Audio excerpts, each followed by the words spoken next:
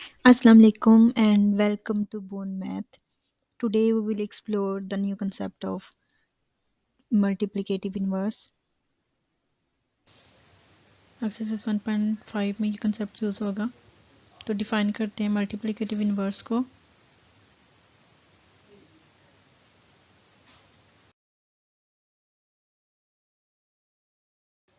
ये डेफिनेशन है late A and B be two non-singular square matrices of same order के तो then A and B are said to be the multiplicative inverse of each other। इसमें अगर देखा जाए तो नॉन सिंगुलर क्या है हमारे पास, नॉन सिंगुलर मैट्रिसेस ऐसे मैट्रिसेस होते हैं जिनका डिटर्मिनेंट लें तो वो मैट्रिसेस हमारे पास नॉन ज़ीरो हों। ऐसे मैट्रिसेस जिनका डिटर्मिनेंट लिया जाए और वो नॉन ज़ीरो हों तो ऐसे मैट्रिसेस नॉन सिंगुलर मैट्रिसेस होते हैं। स्क्वायर मैट्रिसेस ऐसे मैट्रिसेस होंगे जिनमें नंबर ऑफ रोज और नंबर ऑफ कॉलम्स हैं वो इक्वल हों। तो यहाँ पे इस लाइन का मतलब let A and B the two non singular square matrices of same order. Same order मतलब ये है कि जो दोनों मैट्रिसेस हैं इनका ऑर्डर सेम होना चाहिए। मीन्स दैट अगर ये हमारे पास 2 बाई 2 ऑर्डर का मैट्रिक्स है ए, देन बी भी हमारे पास 2 बाई 2 ऑर्डर का ही होना चाहिए। Then A and B are said to be multiplicative inverse of each other if it satisfy the following condition या following equation a b is equals to है b a and this is equals to identity matrix। या फिर हम we can also say that the inverse of A matrix is represented by a to the power of -1. The inverse of A is noted by the a power -1. Thus, the A multiply A inverse is equals to A inverse into A is equals to identity matrix। ये equation जो है satisfy करनी चाहिए। या फिर हम इसको multiplicative inverse को ऐसे भी डिफाइन कर सकते हैं। The multiplicative inverse of non singular matrix also called the inverse matrix is another matrix. Inverse matrix हमारे पास एक अनदर मैट्रिक्स है और इनवर्स मैट्रिक्स को जब हम मल्टीप्लाई करवाते हैं ओरिजिनल मैट्रिक्स ए के साथ then it gives identity matrix. ठीक है, तो या तो मल्टीप्लिकेटिव इनवर्स की डेफिनेशन ये वाली भी कर सकते हैं और ये वाली भी कर सकते हैं। अब एक एग्जांपल इसके लिए देख लेते हैं। एक मैट्रिक्स लेते हैं A is equal to 3 0 1 1। A inverse find करने के लिए हम ये फार्मूला लिखेंगे कि A inverse is equal to adjoint of A over A का डिटर्मिनेंट। पहले सबसे ए का डिटर्मिनेंट लेते हैं। ए का डिटर्मिनेंट इज इक्वल टू 3011। इसमें ये किया कि हमने क्रॉस मल्टीप्लिकेशन डिटर्मिनेंट में करवाते 3 को 1 से मल्टीप्लाई करवाया और उसके बाद 1 को 0 से मल्टीप्लाई करवाया माइनस यहाँ पे फॉर्मूला क्या 3 into 1 minus 0 into 1। this is equals to 3 minus 0 and this is equals to 3 which is not is equals to 0। it means A is non singular matrix so its inverse is existable।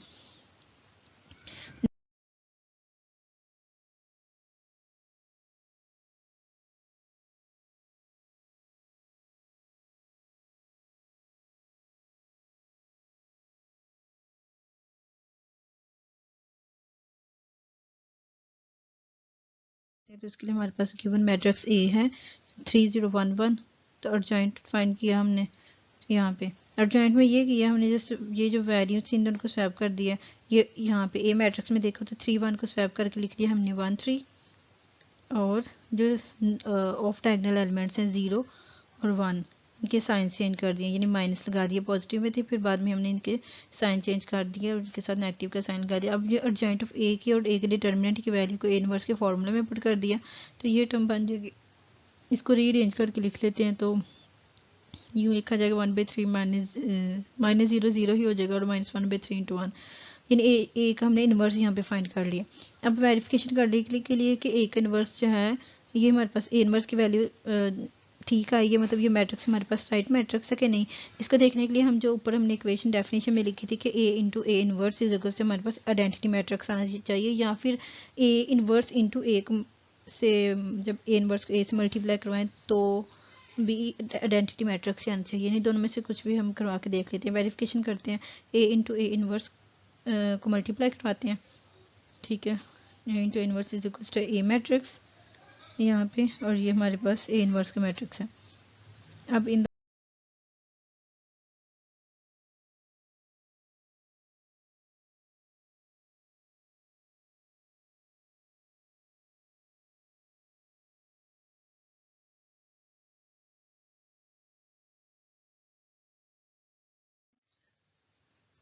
ये multiply करवा दें यहाँ पे 3 into 1/3 plus 0 dot minus 1/3 3 dot 0 plus 0 dot 1 और 1/3 plus 1 dot 1 minus 1/3 1 0 plus 1 into 1।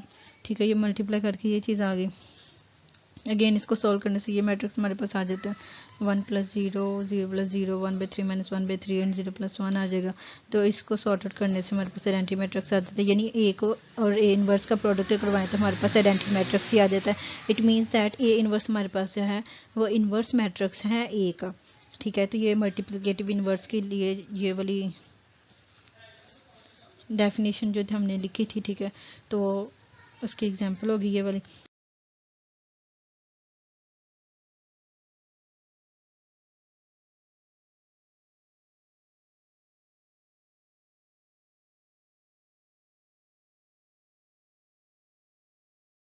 की points देखेंगे यहाँ पे।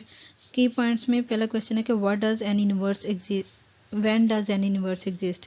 ठीक है, किसी भी मैट्रिक्स का इनवर्स है वो कब एग्जिस्ट करता है। तो इसके लिए दो कंडीशन है। पहली कंडीशन ये है कि सिर्फ स्क्वायर मैट्रिक्स जो हमारे पास होते हैं उनका इनवर्स एग्जिस्ट करता है।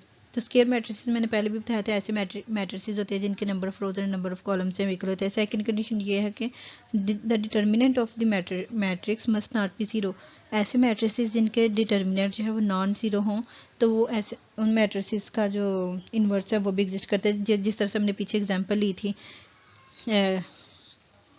ए मैट्रिक्स का हमने इन्वर्स फाइंड किया था तो उसमें भी जो डिटर्मिनेंट लिया था उसका डिटर्मिनेंट 3 आ रहा था, मींस नॉन जीरो था, उसका इन्वर्स एग्जिस्ट कर रहा था। बिल्कुल ऐसे ही ये की पॉइंट के तौर पे है। नेक्स्ट है how to find an inverse, किसी भी चीज़ का इन्वर्स, किसी भी मैट्रिक्स का इन्वर्स किस तरह से फाइंड किया जा सकता है। तो उसके लिए हमने जो पीछे फॉर्मूला यूज़ किया था उसी को लिखेंगे, A inverse is equal to adjoint of A over A का डिटर्मिनेंट। और नेक्स्ट है हमारे पास इंपॉर्टेंट प्रॉपर्टीज़ हैं, कुछ 3 प्रॉपर्टीज़ हैं इसकी इन्वर्स मैट्रिक्स की। ए बी का inverse is equal to B inverse into A inverse.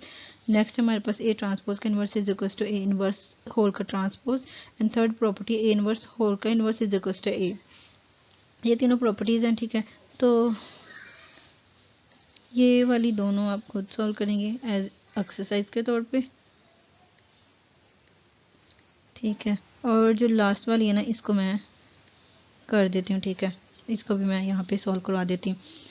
Example देंगे, कोई भी हम ना रैंडम मैट्रिक्स ले लेंगे, उसका एक दफ़ा इन्वर्स लेंगे जिस तरह से हमने पीछे एग्जाम्पल में लिया है। फिर अगेन उस जो इन्वर्स लेने के बाद जो मैट्रिक्स हमारे पास आएगा उसका अगेन इन्वर्स लेंगे तो उसका आंसर में हमारे पास जो ओरिजिनल मैट्रिक्स होगा वही आ जाएगा।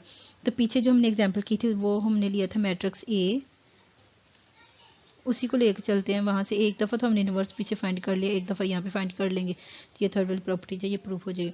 तो वो था matrix A is equal to 3 0 1 1। ये मैट्रिक्स था, और जो हमने इन्वर्स फाइंड किया था इसका वो था ए का इन्वर्स।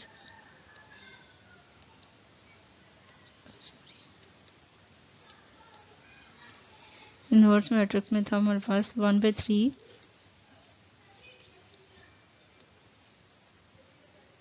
0 माइनस 1/3 और था 1। ये मैट्रिक्स था। एक दफ़ा तो हमने ये इसका जो इन्वर्स है ना ये ऑलरेडी फाइंड हुआ है। अब ए इन्वर्स का गेन इन्वर्स लेने के हमारे पास फॉर्मूला क्या बनेगा, एडजॉइंट ऑफ ए इन्वर्स का इन्वर्स फाइंड करना है हमने, इसका फिर से इन्वर्स फाइंड करना है। तो इसके लिए जो फॉर्मूला बनेगा ये होगा एडजॉइंट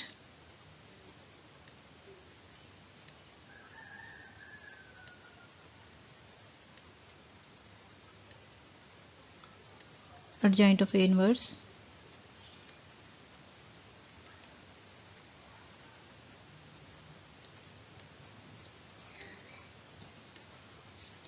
ओवर ए इन्वर्स का डिटर्मिनेंट। एक तो इन्वर्स लिखने में इतना टाइम लग जाता है। ये अब अच्छा पहले हम एडजेंट फाइंड करते हैं। एडजेंट में क्या करेंगे कि ये दोनों वैल्यूज हैं इनको स्वैप करना है, यानी डायगोनल एलिमेंट्स को हमने स्वैप करना है और ऑफ डायगोनल्स के साइन चेंज कर देते हैं। तो एडजेंट ऑफ इनवर्स आ जाता है हमारे पास यहाँ पे एडजेंट ऑफ ए इनवर्स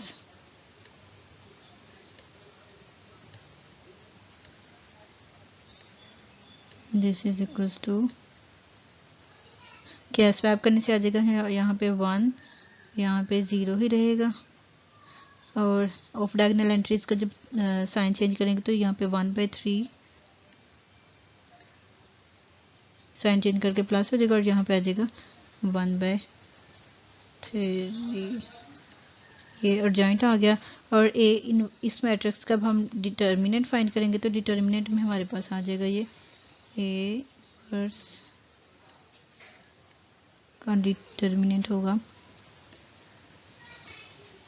1/3 0 -1/3 और 1 है, ठीक है। तो यहाँ पे अब क्या आ जाता है, 1/3 माइनस मल्टीप्लाई करने से 1/3 को 1 से मल्टीप्लाई करते 1/3 और 0 से -1/3 को, तो ये हमारे पास 1/3 ही आ जाएगा। अब जब इसकी वैल्यूज पुट करते हैं ए इनवर्स के इनवर्स में, ये ऊपर फॉर्मूला लिखे उसमें वैल्यूज पुट करते हैं, तो ये आ जाएगा 1/3 ओवर है 1/3 और डिटर्मिनेंट में हमारे पास अगेन 1/3 था। अब डिनोमिनेटर के नीचे हमारे पास 3 आ रहा है, जो डिनोमिनेटर के नीचे वैल्यू होती है ना, अब इसको हम न्यूमिनेटर के साथ ऊपर मल्टीप्लाई करवा देंगे जाके, ठीक है। तो नीचे 1 ही रह जाएगा, यानी 3 को 1 उसके साथ मल्टीप्लाई करवा के हमारे पास ये आ जाता है, यानी 3 को अंदर इस मैट्रिक्स, ये जो जॉइंट मैट्रिक्स है ये सारा वही है, मैं इसको ऐसे लिख रही हूँ। तो मल्टीप्लाई करवाने के बाद हमारे पास क्या बनता है, 3 को जब अंदर मल्टीप्लाई करवाया तो यहाँ 1 के साथ करवाया तो 3 आ जाएगा, 0 के साथ मल्टीप्लाई करवाया तो 0, और यहाँ पे 1 1 मीन्स यहाँ पे हमारे पास अगेन आ रहा है मैट्रिक्स ए ही बन रहा है यहाँ पे, ठीक है। ये देखें, तो मतलब ये वाली प्रॉपर्टी हमारे पास होल्ड कर दी गई है। नेक्स्ट हम कुछ स्पेशल केसेस देखते हैं, उनमें हमारे पास आ जाता है कि एक diagonal matrix has an inverse if all diagonal entries are non zero, यानी ऐसे मैट्रिसेस जिनकी डायगोनल एंट्रीज हैं वो नॉन ज़ीरो हों तो उनका भी इन्वर्स एग्जिस्ट करता है, ये एक और कंडीशन आ गई है। नेक्स्ट है कि singular matrices have no inverse, यानी ऐसे मैट्रिसेस जिनका डिटर्मिनेंट 0 होगा उनका इन्वर्स एग्जिस्ट नहीं करता, ये भी एक पॉइंट बन जाता है। उसके बाद inverse of identity matrix is also identity matrix, तो ये भी एक पॉइंट है, इसको याद रखें। Thanks for watching this video and please don't forget to press the bell icon.